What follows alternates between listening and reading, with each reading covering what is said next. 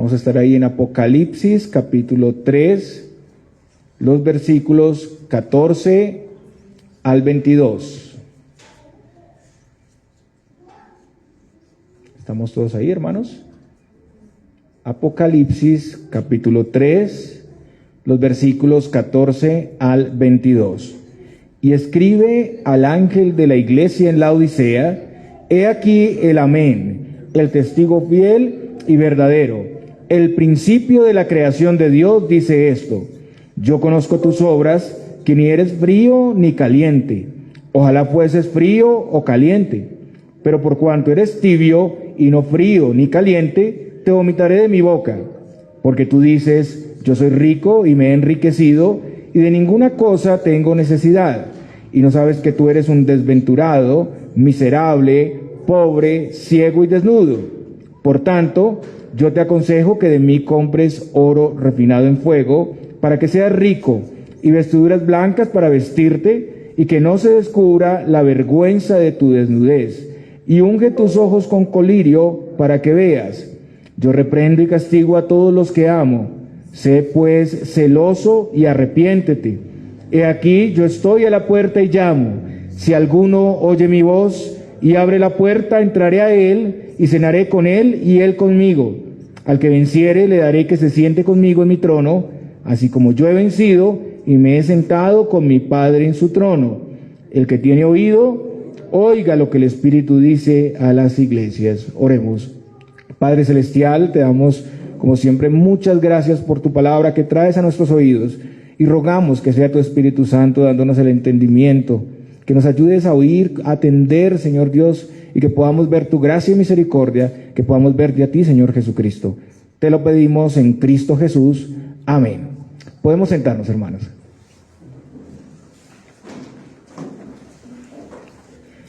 Continuamos entonces en la enseñanza, exposición consecutiva de los mensajes del Señor, las cartas del Señor a las 7 iglesias en Apocalipsis. Y tenemos que recordar algunas cosas importantes para entender el contexto sobre esta carta, sobre este libro también.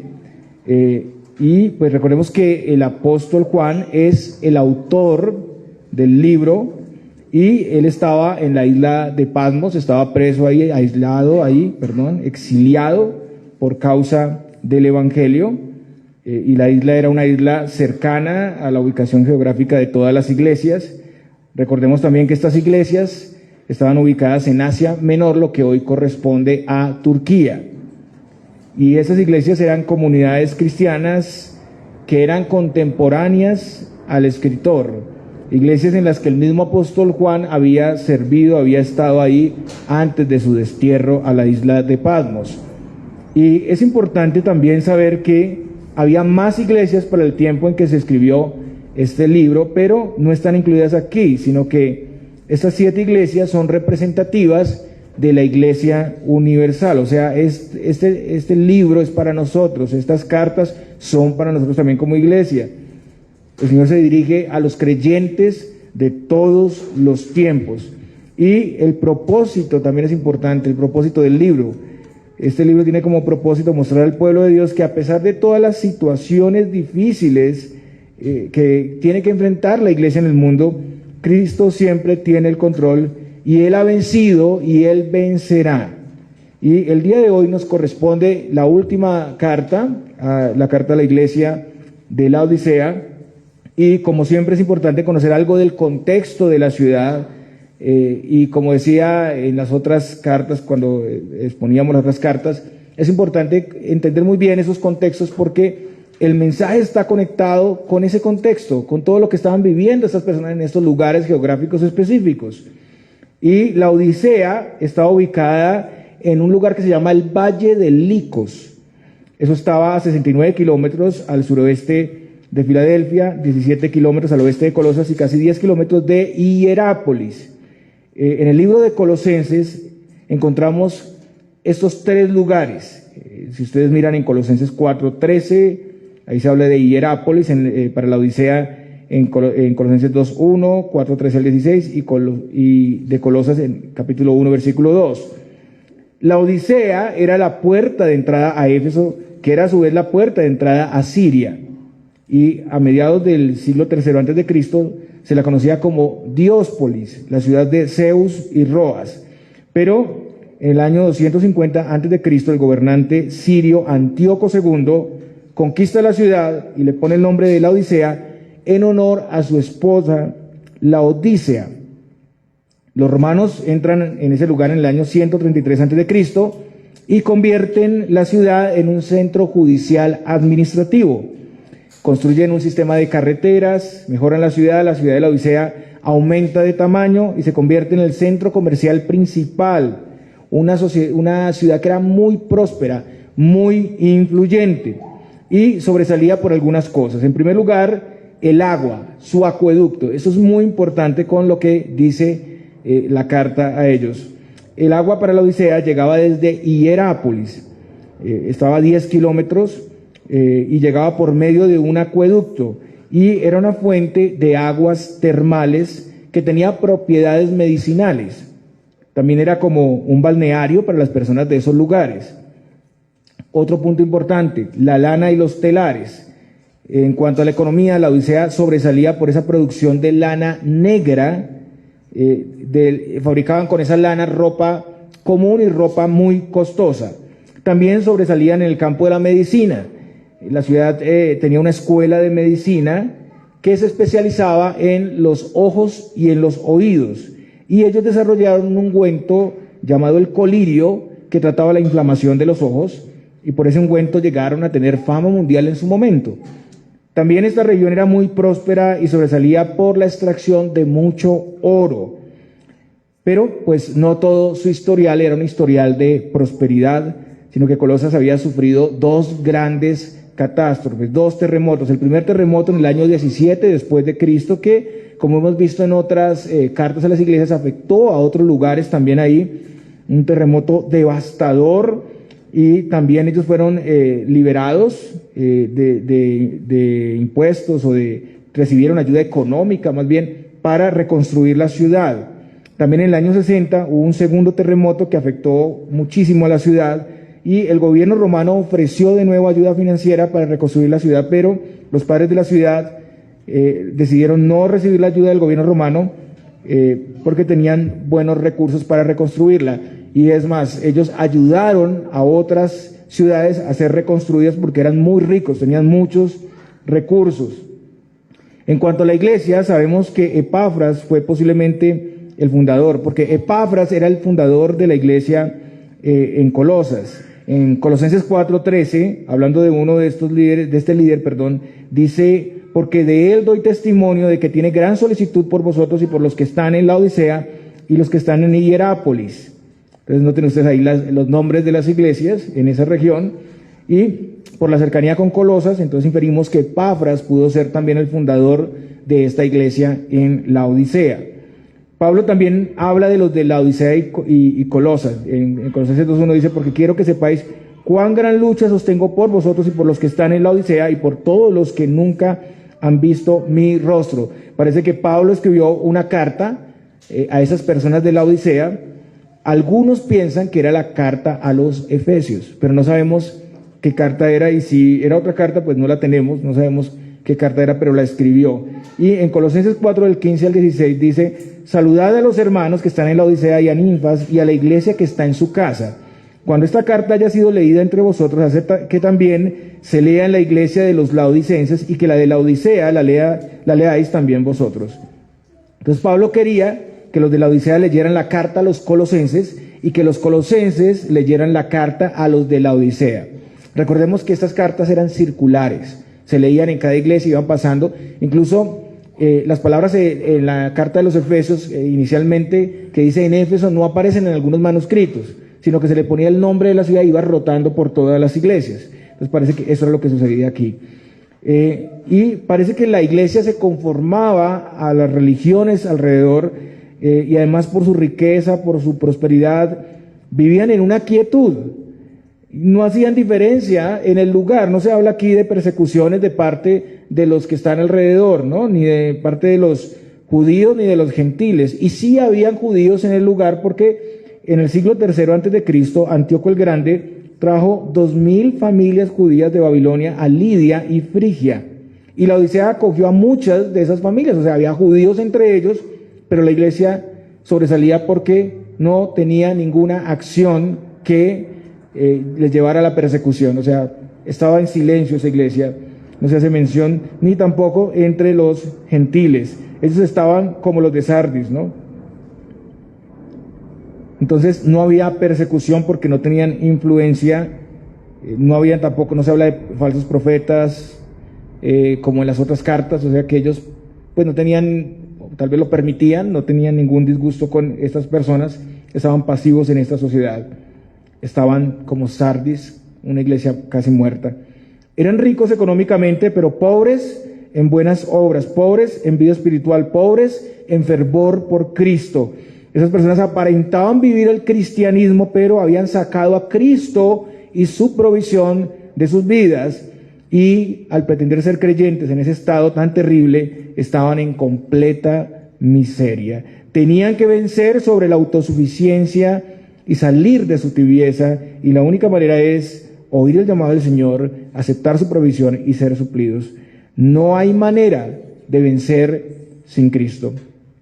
Y hermanos, uno de los pecados más comunes en la vida espiritual es la autosuficiencia.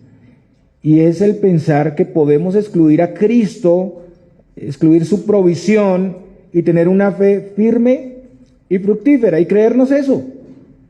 Muchos negamos que en alguna medida podríamos estar en la condición de la Odisea. No pensamos que podríamos hacer algo así.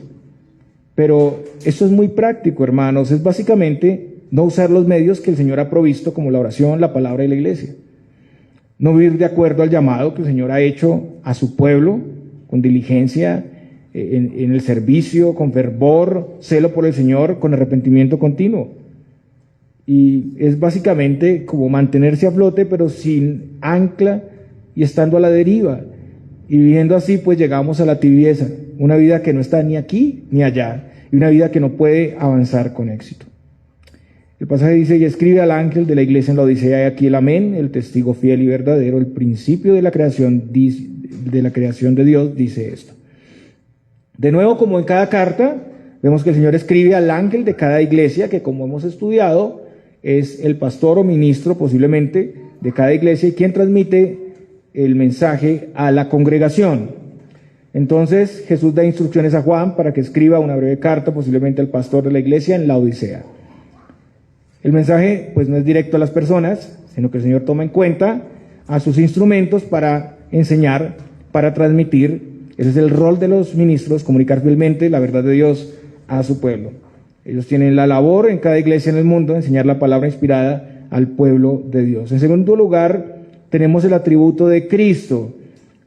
Como hemos visto, ese atributo siempre aparece en cada mensaje a las iglesias, y es tomado del capítulo 1, es diferente en cada mensaje, en cada carta a las iglesias, y está relacionado con el mensaje, con el contexto de toda la carta. Aquí el atributo del Señor es el amén, el testigo fiel y verdadero, el principio de la creación de Dios. Y este atributo hace referencia a Apocalipsis capítulo 1, versículo 5. Ahora, ¿qué quiere decir esto? El amén transmite la idea de lo que es verdadero, lo que es firmemente establecido y digno de confianza. Cristo es llamado así, el amén, porque en él se cumplen las promesas de Dios a su pueblo. Como dice Pablo a los Corintios en 2 de Corintios capítulo 1, versículo 20, porque todas las promesas de Dios son en él sí y en él amén por medio de nosotros para gloria de Dios. En él podemos confiar, podemos descansar, sus promesas se cumplirán, y aprendemos de él también a no ser variables, a ser genuinos y firmes. Él es el amén, él es el que cumple. En segundo lugar, se nos da a conocer como el testigo fiel y verdadero, y eso puede hacer referencia a Apocalipsis 1, del 1 al 5, donde vemos que el Señor es quien se ha revelado, él nos ha dado a conocer. El testimonio es del Señor Jesucristo, no es de ningún hombre, sino del Señor Jesucristo. Él es bienaventurado, el que lee y oye la profecía, y Jesucristo es el que envía las cartas a las iglesias, él es el testigo fiel. Y entonces eso quiere decir que su revelación es verdadera, que su revelación es fidedigna, todo lo que él dice es verdad. Él es el que cumplió todo lo profetizado en el Antiguo Testamento. Entonces todo lo que nos habla el Señor en las Escrituras debe ser entendido con total solicitud. Y eso prepara a todos los que escuchan esta exhortación, a nosotros también, para recibirla sin ningún prejuicio o duda.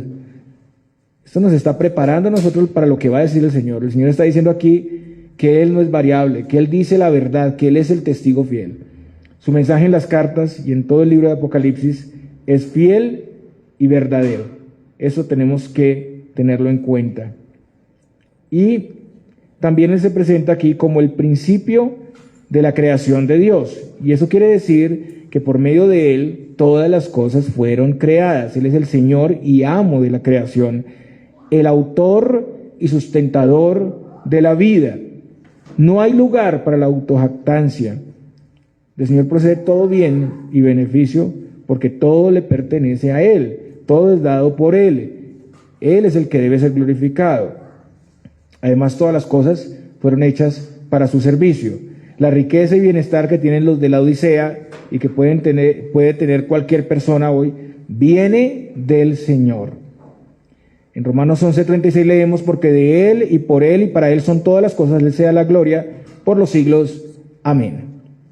Así pues, Él tiene todo el derecho sobre su creación y más aún sobre los suyos para ejercer su gobierno y llamar a la obediencia. Entonces, en resumen, hermanos, tenemos que el Señor es quien cumple todas las promesas, quien se ha revelado y su revelación es fiel y verdadera, y quien es el amo y creador y sustentador de todo el universo. Y después de esa revelación de su identidad tan importante, tenemos el reproche para la iglesia. Yo conozco tus obras, que ni eres frío ni caliente. Ojalá fueses frío o caliente, pero por cuanto eres tibio y no frío ni caliente, te vomitaré de mi boca. De nuevo vemos que el Señor conoce profundamente tanto lo bueno como lo malo de todas las iglesias. El Señor no está lejano, Él está presente. Y recordemos que de todas las 7 iglesias, solo Sardis y la Odisea reciben solamente un regaño, reproche. En las obras, la Odisea era igual que Sardis, sus obras eran incompletas. Y el pasaje dice que ni eres frío ni caliente. Y eso es comparable precisamente a las fuentes de agua que tenía la región de la Odisea. Como ya decía, parte de los privilegios que tenía esta región era contar con el abastecimiento de aguas termales.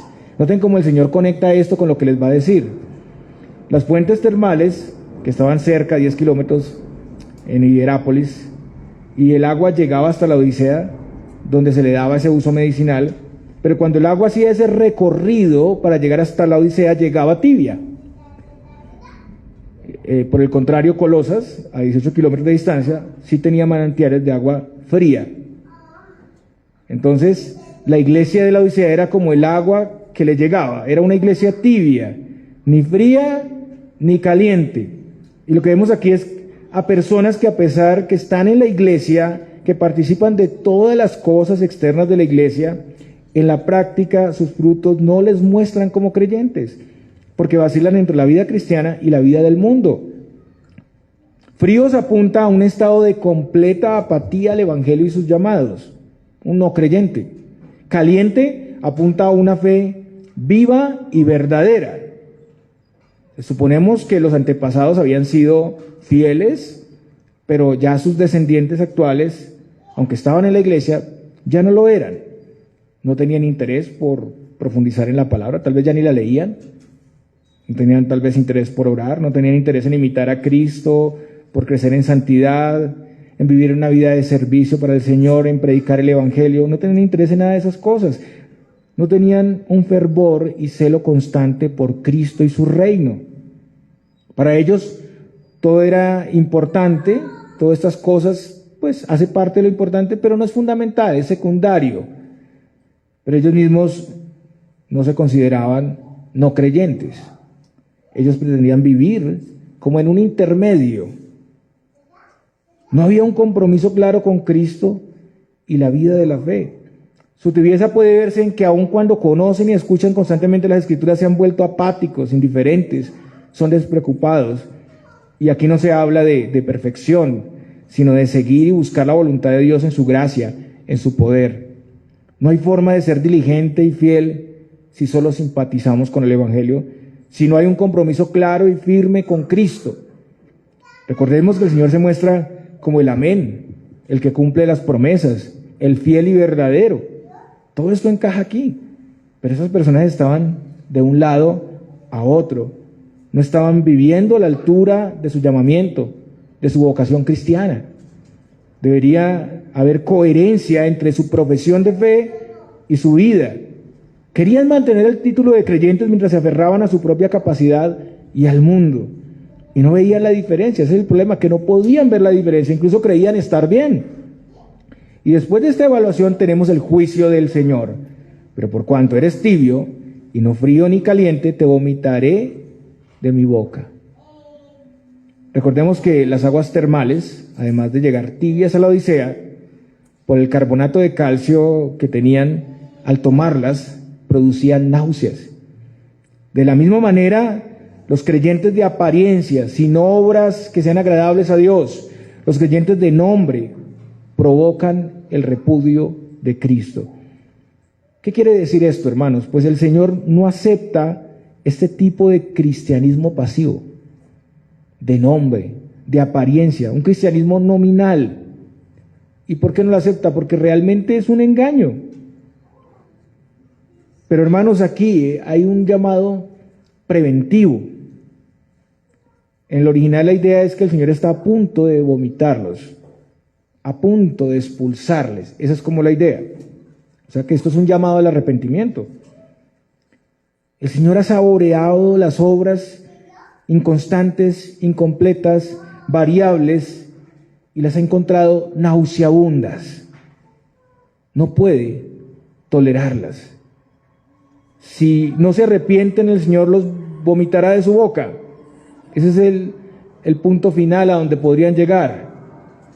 Y esta es la situación para ellos y para todos los que hoy en día pueden estar en esa situación. Por eso es un llamado a examinarse, a atender a los llamados del Señor.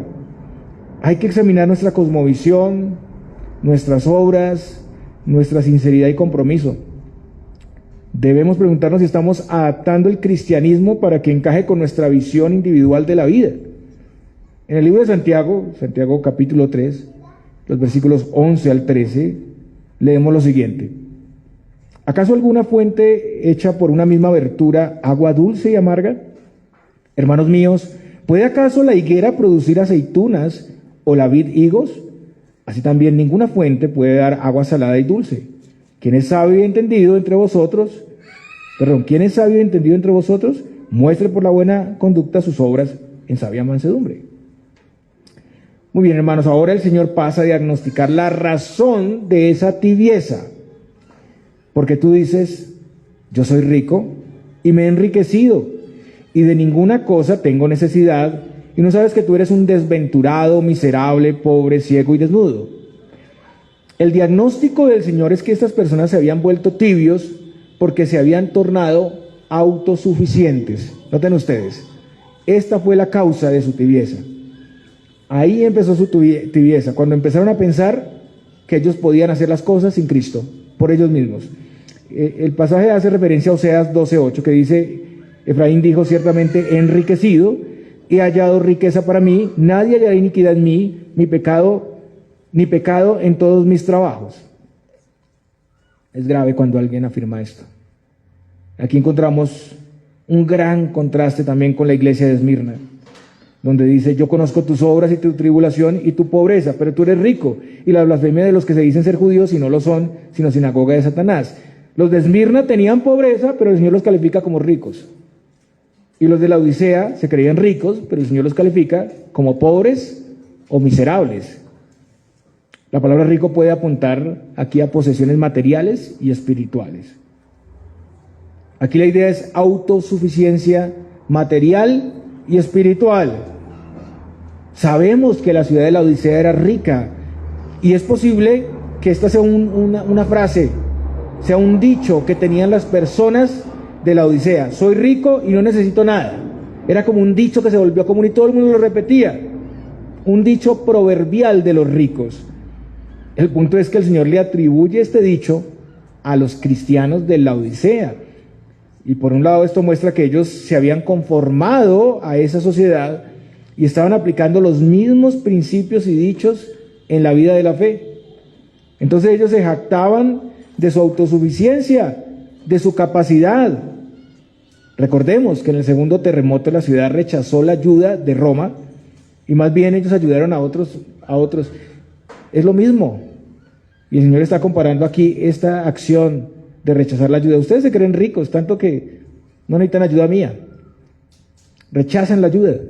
Es lo que está mostrando el Señor aquí.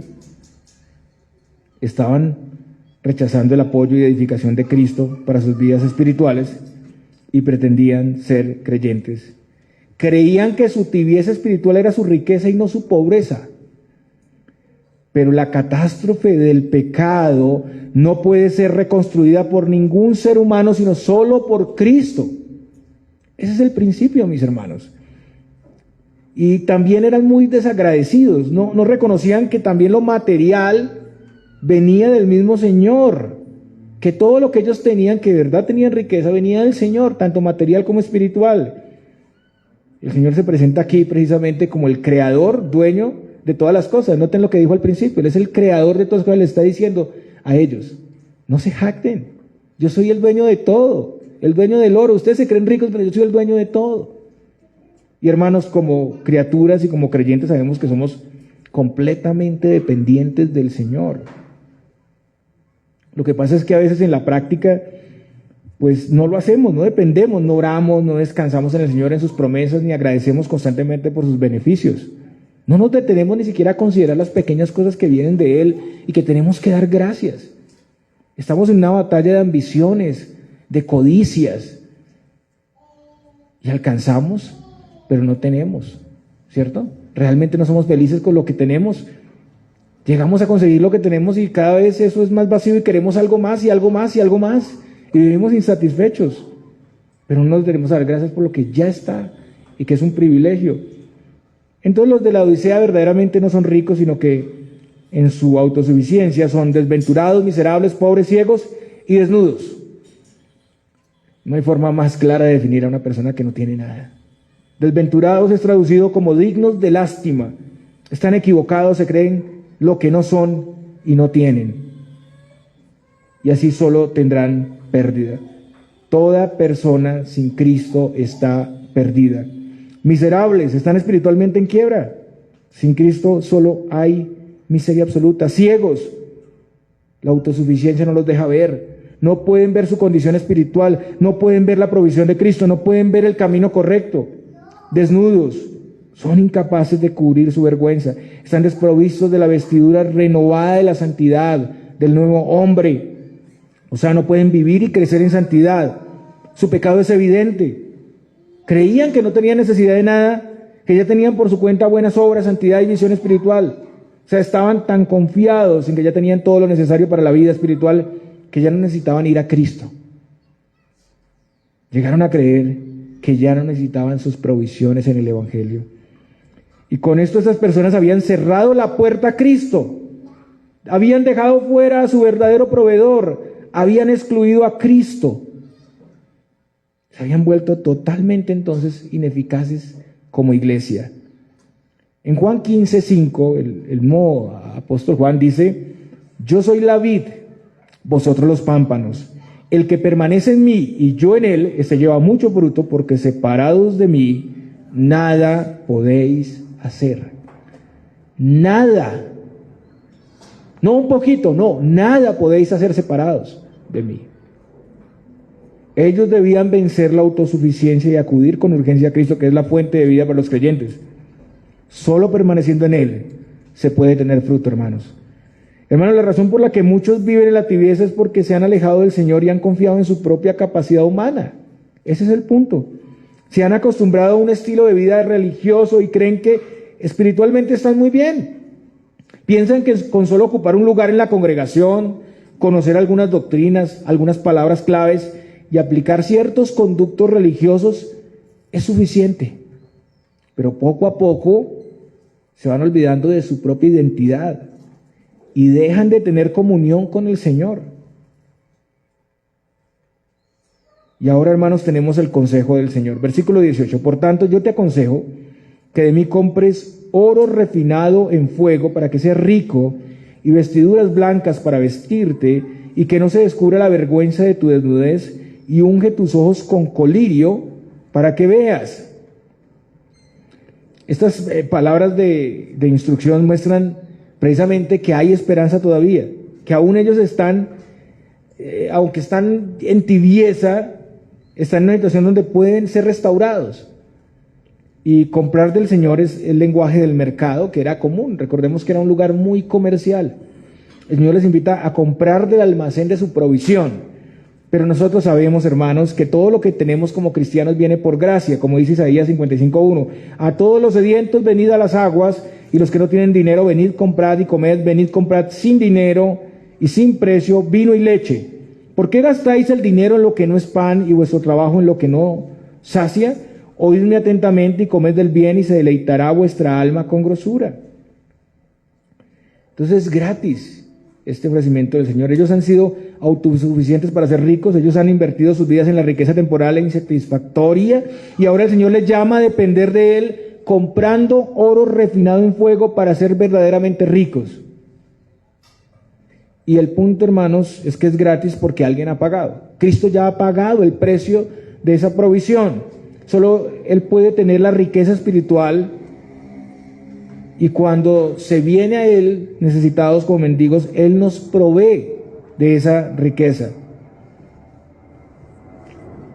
Entonces la Odisea era rica en oro, pero el Señor era el que daba la prosperidad a esa región, y es el que da la riqueza espiritual al creyente. Él se presenta como el principio de la creación, como ya dije, como el dueño. Entonces el Señor nos llama a comprar de Él el oro refinado en fuego, y es el oro que ha sido purificado al grado de que emana brillo del fuego. Y eso tiene que ver con la fe en medio de la prueba. O sea, cuando se habla de fuego, tiene que ver con pruebas que deben recibir los creyentes. Entonces lo que vemos aquí es que el Señor desea que las impurezas sean eliminadas del creyente para que la fe sea firme y tenga fruto, no una fe variable. Comprar este oro es recibir y aceptar la vida genuina de los verdaderos creyentes, una vida que está sometida a la disciplina, como vimos esta mañana, a la prueba, para brillar, para ser fructífera. A veces leemos en credenciales, en tarjetas, que nos quedemos como somos, ¿no? Sigue siendo así, es una maldición. Siempre he dicho que es una maldición seguir siendo así, seguir siendo como somos. El Señor quiere transformarnos, quiere que crezcamos en santidad. Comprar del Señor oro refinado es pedir y estar dispuestos a recibir del Señor el ser moldeados y perfeccionados, como dice el apóstol Pedro en 1 de Pedro 1, 6 al 7, en lo cual vosotros os alegráis, aunque ahora por un poco de tiempo, si es necesario, tengáis que ser afligidos en diversas pruebas, para que sometida a prueba vuestra fe, mucho más preciosa que el oro, el cual, aunque perecedero, se prueba con fuego, sea hallada en alabanza, gloria y honra cuando sea manifestado Jesucristo. Entonces estamos llamados a pedir del Señor que seamos tratados para que nuestra fe se fortalezca y demos fruto abundante. Y hermanos, no importa el punto en el que estemos, desde la misma tibieza a la que hemos llegado podemos clamar al Señor y Él nos escucha. Como el clamor del Padre que trajo a su Hijo para ser librado de un espíritu, cuando dijo al Señor: creo, ayuda a mi incredulidad. Marcos 9:24. Las personas de la Odisea tenían una fe débil y necesitaban el trato del Señor. Y de seguro, si clamamos por una provisión tan necesaria, el Señor nos escuchará, como Él nos lo prometió en Lucas 11, el 9 al 10. Y yo os digo: pedid y se os dará, buscad y hallaréis, llamad y se os abrirá. Porque todo aquel que pide recibe, y el que busca halla, y al que llama se le abrirá. Esas son las peticiones que el Señor desea escuchar. La verdadera riqueza es la fe pura, fructífera, perseverante, con la que el creyente resplandece en un mundo de oscuridad. El que la tenga es rico. Hermanos, pensemos si en nuestras peticiones está el tener este tipo de fe y esta clase de vida. No necesitamos estar en la condición de esas personas para hacerlo, ¿no? Pero pensemos en qué es lo que pedimos al Señor, ¿Cómo son nuestras oraciones? Nuestra fe flaquea, pero muchas veces estamos más interesados en la riqueza de este mundo, en el poder, en nuestra realización personal, y pedimos al Señor por esas cosas de este mundo. Y ese es nuestro enfoque. Nuestras oraciones parecen, como dijo alguien, listas de supermercado, no más. Pero hermanos, la verdadera riqueza no la pedimos. Y el Señor desea bendecirnos más de lo que nosotros imaginamos, pero ni siquiera tenemos interés en lo verdaderamente importante, ni siquiera pedimos. Nuestras oraciones están más llenas de peticiones del mundo. Entonces, hermanos, debe haber un enfoque primario en el reino de Dios. Y además de comprar oro, también les invita a comprar vestiduras blancas y que no se descubra la vergüenza de su desnudez. Y las ropas blancas tienen que ver con santidad. Recordemos algo particular de la ciudad. La ciudad producía lana. ¿Pero de qué color era la lana? Producían lana negra. Y el Señor en contraste les dice, les habla de la necesidad de ropas blancas. En la Odisea no se podía conseguir otro tipo de ropa que no fuera negra, porque la lana era negra. La ropa negra contrasta con el blanco, pero por así decirlo, el único proveedor de ropa blanca para ellos y para nosotros es el Señor. El mundo tiene ropa negra para todos, pero Cristo tiene ropa de santidad para el pueblo de Dios. No es ropa común, es ropa especial. Solo Jesús quita el pecado y la culpa, porque solo Él puede dar la túnica blanca de justicia y solo Él nos puede santificar cada día.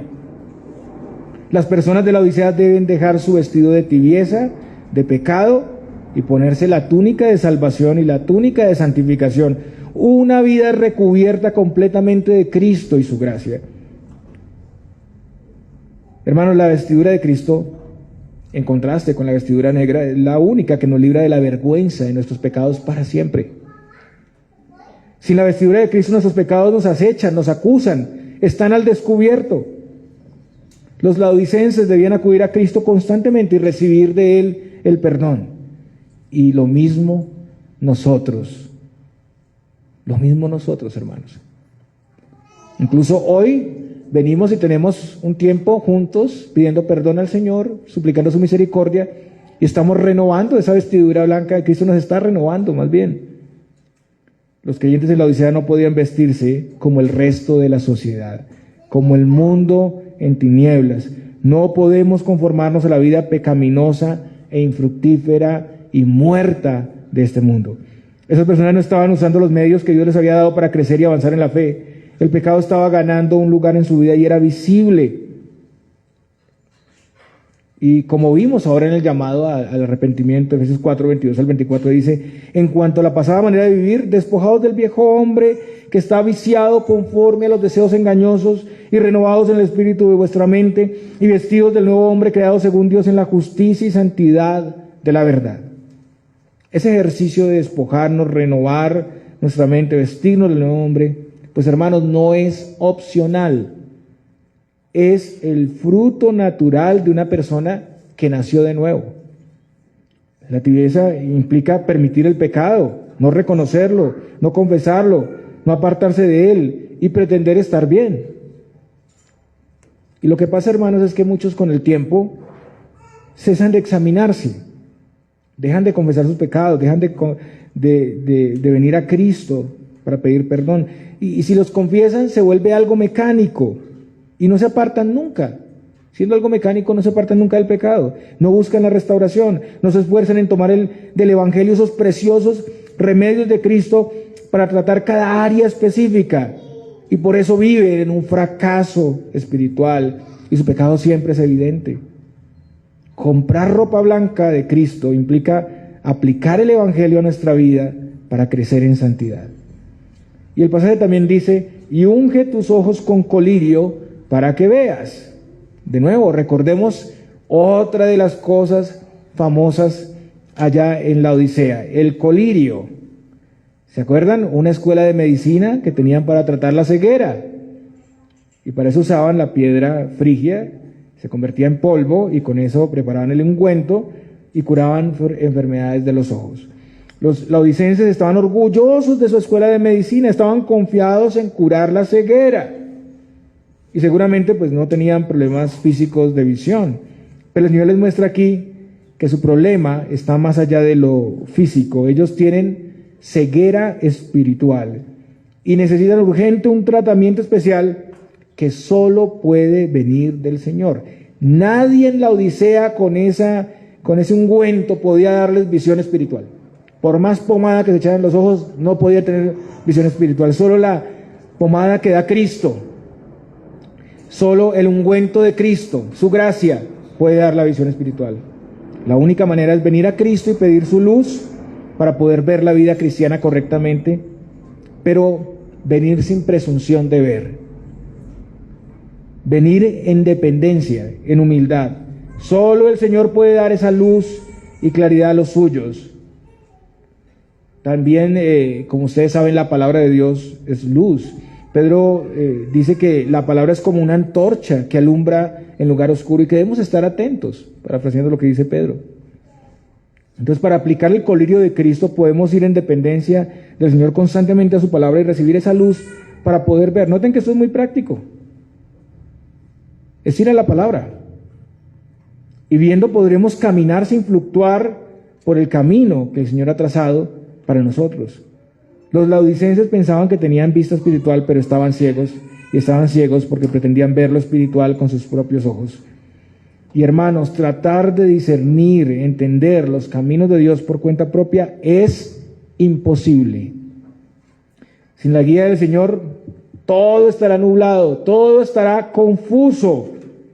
Solo Él puede traernos claridad, como lo pide el salmista en el Salmos 119, versículo 18. Abre mis ojos y miraré las maravillas de tu ley. Eso deberíamos suplicar al Señor. Abre mis ojos y miraré las maravillas de tu ley. Sin esa dependencia del Señor en nuestra propia visión, no podremos tener claro el camino, no podremos apreciar la grandeza de su palabra y sus provisiones. Y siguiendo así con el tiempo, no podremos ver nada. Pero el Señor llama a su pueblo porque quiere que dependamos de Él. Él quiere que veamos con claridad su voluntad, y al hacerlo seremos bendecidos para ver más. Noten que esto trae mayor bendición. Cuando tú te interesas en la palabra de Dios, en el reino de Dios, el Señor te añade más. Pero cuando te alejas, los que se alejan, se les quita aún lo que tienen. Y es un juicio para ellos. Pero mire lo que pasa con el creyente cuando se acerca a la luz. Salmos 36:9 dice: porque contigo está el manantial de la vida, en tu luz veremos la luz. Entonces es necesario acudir constantemente a Cristo para recibir mayor luz. Examinemos aquí si también hemos abandonado la dependencia del Señor para poder ver, así como los de la Odisea. Si en nuestra autosuficiencia esperamos y asumimos entender y comprender todo. Yo ya sé todo, pastor, no tiene que decirme las mismas cosas, yo ya lo entiendo. Hermanos, tenemos todas las herramientas, el punto es que no las usamos o no las usamos bien. Pretendemos vivir un cristianismo sin la provisión de Cristo en nuestras propias fuerzas, y eso es imposible. La única manera de poder tener una vida espiritual firme, fructífera, es en dependencia de Él. Entonces, hermanos, los dos caminos están por delante: la vida enfocada en este mundo y sus riquezas, en lo secular y temporal, en la capacidad humana, o la vida dependiente de Dios que persigue y vive en la verdadera riqueza de Cristo, la riqueza para vida eterna. Y ahora el Señor pasa a explicar la razón de su exhortación e instrucción, y es tan sencillo como su amor. El Señor habla así porque ama a su pueblo. Yo reprendo y castigo a todos los que amo, sé pues celoso y arrepiéntete. Lo estábamos viendo esta mañana en la disciplina, cómo el Señor a veces permite que encajen dos temas, ¿no? Es impresionante, a veces sin planearlo resulta. Y somos exhortados y somos animados. No hay otra razón para la disciplina y la exhortación que el amor del Señor. Y este pasaje hace referencia a Proverbios 3:12, donde dice: porque Jehová al que ama castiga, como el padre al hijo a quien quiere. Dios cuida a su pueblo y lo conduce como pastor a su rebaño, como padre a sus hijos, para que no se desvíen, para que el pueblo no se aleje de él y se pierda. En esto el Señor también usa a los ministros para llamar a su pueblo por su palabra, y además hay disciplina directa del Señor, pero también el Señor ha dado a los ministros autoridad, y el propósito es el mismo, es restaurar, es corregir en amor. El Señor quiere que sus hijos tengan todo lo necesario para crecer, para dar fruto y para perseverar hasta el final. Su palabra es verdadera, porque Él es el testigo fiel y Él espera que confiemos en sus llamados en esta carta. Hoy, en el 2025, el Señor quiere que confiemos en sus llamados. Y el llamado es a ser celosos por Él. Sé pues celoso y arrepiéntete. Ser celosos por Él, a tener fervor y pasión especial por Él y su voluntad. Ellos y todos los que están en la misma condición deben consagrarse al Señor únicamente. El Señor quiere que deseen profundamente honrarle y seguirle de corazón. En segundo lugar, el Señor desea que se arrepientan de su infidelidad. Ser celosos es un mandato en tiempo presente para denotar continuidad, pero arrepentirse es una acción de una vez por todas. El Señor no soporta esa actitud doble, tibia, ese cristianismo de nombre. El amor y la severidad de Dios en la disciplina debería llevarnos a ser celosos y arrepentirnos. Tenemos un Padre que nos está cuidando, pero tengamos cuidado porque también nos puede castigar severamente. Un Dios al que debemos temer, un Dios que no puede ser burlado o ignorado sin recibir grandes consecuencias, y no sabemos cuándo uno puede pasar el límite de su paciencia. No sabemos. Hay personas que dicen, no, pues sí, pero después el Señor tiene paciencia. No, es hoy. El llamado al arrepentimiento es hoy. Todo esto debe motivarnos para serle fieles, para que todo nuestro ser sea dispuesto voluntariamente a vivir para Él y servirle. Él desea que vivamos y sirvamos en la vida cristiana con pasión y fervor. Por eso les dice, bueno, ojalá que pues, por lo menos fueran fríos, ¿cierto? O calientes, pero tibios no. Tibios no. El Señor trabaja con personas que tienen fervor y ánimo para Él. Es preferible que entonces ni estén en la fe, que sean fríos o muertos espirituales, o que sean calientes, que sirvan al Señor con fervor. Y es completamente coherente si consideramos el glorioso evangelio de Cristo, su gran amor por nosotros. Cristo no vaciló en amarnos, Él no vaciló en dar su vida en nuestro lugar, Él asumió con firmeza la voluntad del Padre y fue probado y murió en la cruz y resucitó entre los muertos para darnos vida. Y ahora, además de la descripción de la Odisea, hermanos, el llamado al fervor y al arrepentimiento, el Señor pasa a mostrar su misericordia. He aquí, yo estoy a la puerta y llamo. Si alguno oye mi voz y abre la puerta, entraré a él y cenaré con él y él conmigo. Y este pasaje no está hablando de incrédulos. A veces se usa este pasaje para evangelizar. No está hablando de incrédulos para que se conviertan al Señor, sino que el llamado es a una iglesia que se ha vuelto rebelde, tibia, que ya escuchó del Señor, pero ha cerrado la puerta de su vida a Jesús. Imaginen eso. Ha cerrado la puerta de su vida al Señor. Aquí se habla de una iglesia ingrata, que se apartó de la provisión de Cristo. El Señor en este pasaje está ubicado a la puerta de los corazones. ¿Y por qué está ahí? Porque estas personas lo han dejado ahí, afuera. Con sus comportamientos prácticamente lo han sacado de sus vidas. Cristo había estado en sus corazones. Ellos caminaban en plena comunión con Cristo, pero ya no. ¿Y cómo lo sacaron de sus vidas? Pues dejaron de depender de Él en su vida cristiana. Viven un cristianismo sin Cristo y sin provisión de Cristo, un cristianismo humano, autosuficiente. Pero el llamado para los de la Odisea y cualquier persona en esta situación es para oír su voz. Escuche este mensaje y abra la puerta. El llamado es con la palabra a nuestros corazones. Ese es el golpe del Señor a la puerta. El Señor toca fuertemente nuestra vida, pero claramente hay responsabilidad. Y se abre la puerta aceptando ser dependientes del Señor, usando sus medios de gracia como la oración, la palabra y la iglesia.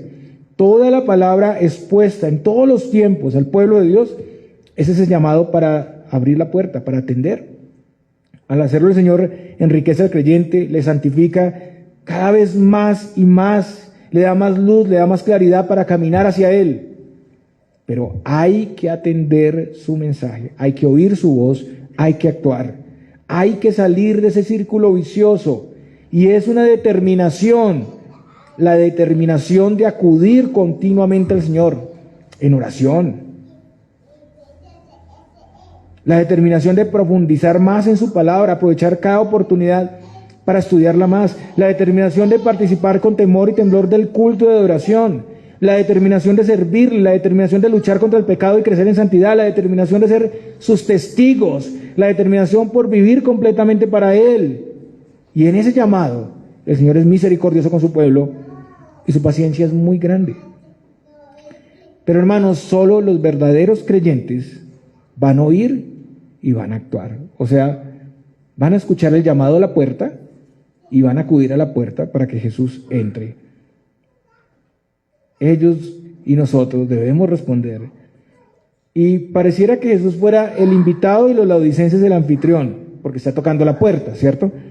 Pero después que la persona atiende, el Señor se presenta como el que atiende la necesidad de esas personas, como el anfitrión.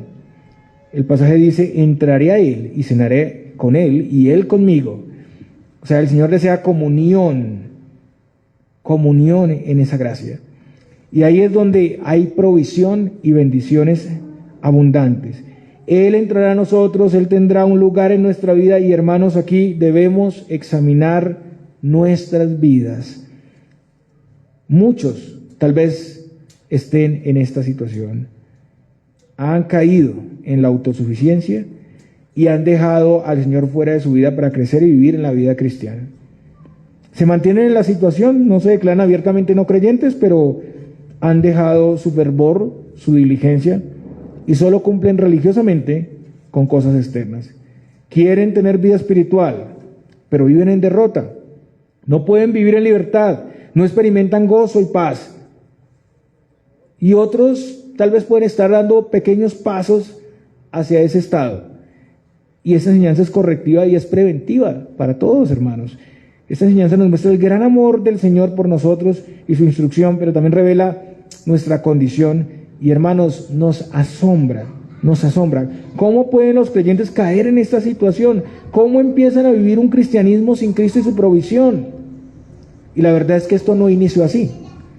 Ellos poco a poco fueron dando pasos para llegar a ese punto. Fueron desentendiéndose de su responsabilidad de velar, de acudir al Señor. Fueron sacando de sus vidas cada provisión que Cristo les daba. Poco a poco, esa iglesia entera había dejado afuera a la persona más importante ahora, a su Señor, a su sustentador, pero ahora el Señor le llama y el Señor bendice solo a los que atienden. ¿Y qué les promete? Comunión profunda con Él. Santiago 4:8 dice, acercaos a Dios y Él se acercará a vosotros. Pecadores, limpiad las manos y vosotros los de doble ánimo, purificad vuestros corazones. El que atiende el llamado, como decía, recibe mayor bendición. En la presencia de Cristo seremos iluminados, provistos para dar más fruto, como el anfitrión con el invitado en una comida especial, compartiendo y celebrando juntos. Hermanos, nunca estaremos suplidos si la puerta está cerrada al Señor.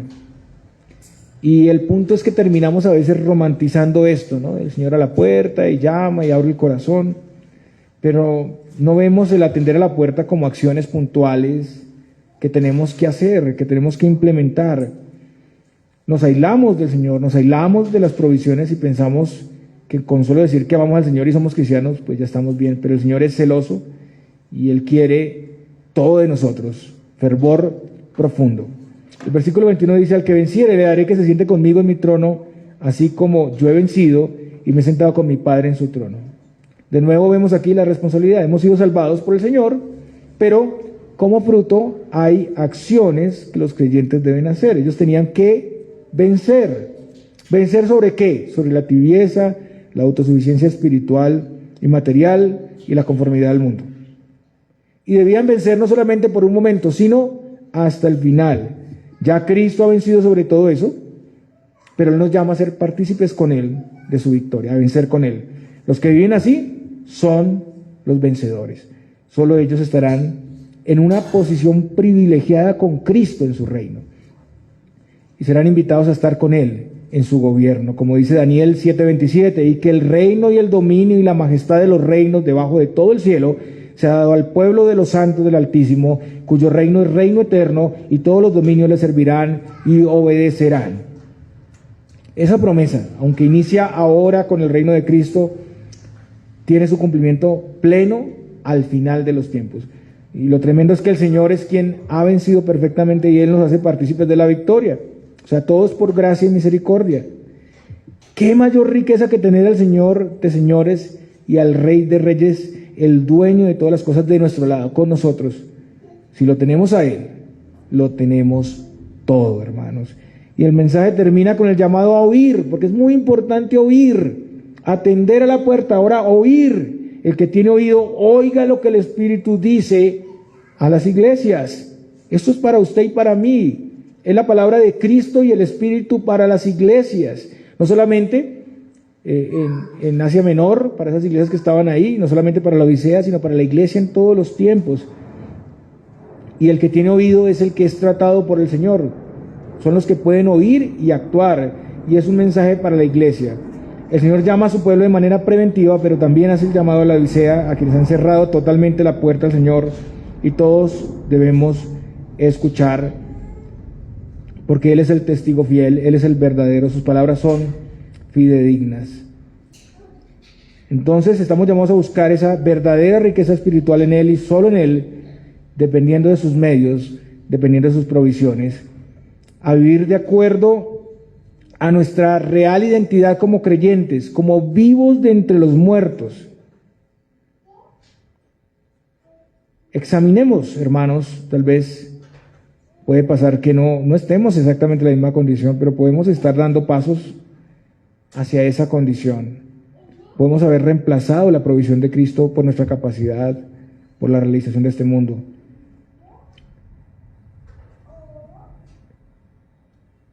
En conclusión, hermanos, vemos que el Señor pues no tolera esa tibieza espiritual. Vemos que esa tibieza se da por la autosuficiencia, pero no tener a Cristo y su provisión es vivir en completa miseria. Solo en Cristo se puede tener lo necesario y suficiente para tener una fe firme y fructífera. Pero hermanos, para vencer sobre esa autosuficiencia, pues hay que disponernos, hay que oír el llamado a la puerta y hay que atenderlo. O sea, hay que recibir la enseñanza, hay que abrir la puerta, aceptar la provisión de Cristo en nuestras vidas, la dependencia de Él, y recibir la provisión, cenar con Él, siendo suplidos de sus medios. Los que vencen así son bendecidos por Cristo, recibirán un lugar de honor en su presencia. El Señor nos conceda esa gracia. El Señor les bendiga, mis hermanos.